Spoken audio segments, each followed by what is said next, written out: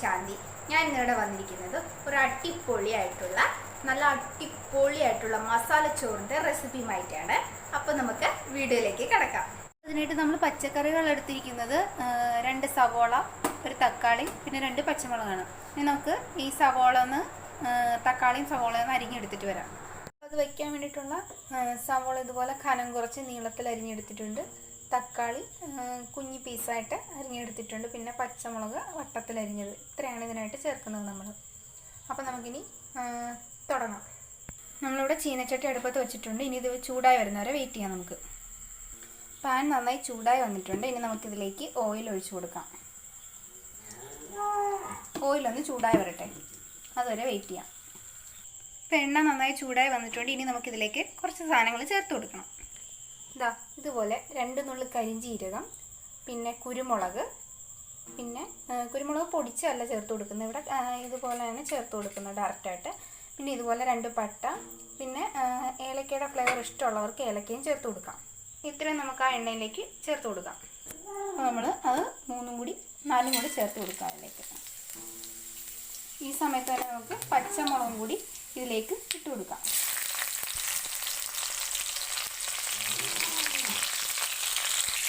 ഏലക്ക ഓപ്ഷനിലാണ്, വേണമെങ്കിൽ ചേർത്ത് കൊടുത്താൽ മതി. ഇനി നമുക്ക് ജസ്റ്റ് ഒന്നൊന്ന് ഇളക്കി കൊടുക്കാം.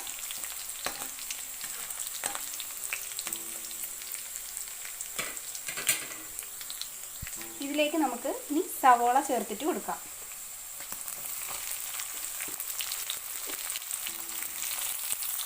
സവോള ചേർത്ത് കൊടുക്കുന്ന ഒപ്പം തന്നെ തക്കാളിയും കൂടി ചേർത്ത് കൊടുക്കുന്നുണ്ട് ഞാൻ.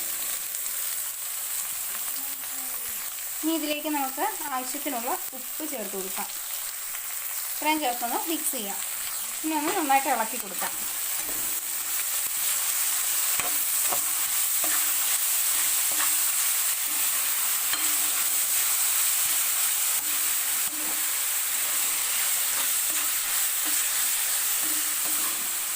നന്നായിട്ട് വഴണ്ട് വരുന്നവരെ നമുക്ക് വെയിറ്റ് ചെയ്യാം.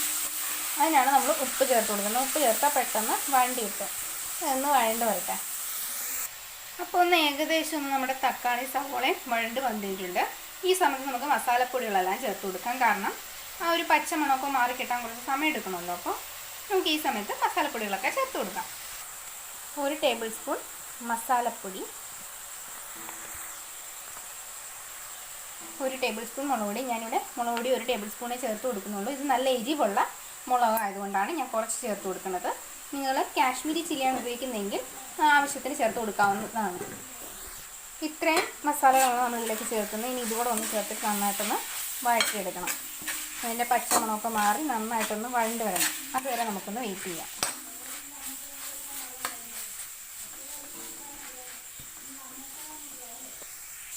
ഇപ്പോൾ ഇത് നന്നായിട്ട് വെന്ത് നല്ല രീതിയിൽ തന്നെ വഴണ്ട് വന്നിട്ടുണ്ട്. ഇനി നമുക്ക് നമ്മുടെ ചോറ് ഇതിലേക്ക് ചേർത്ത് കൊടുക്കാം.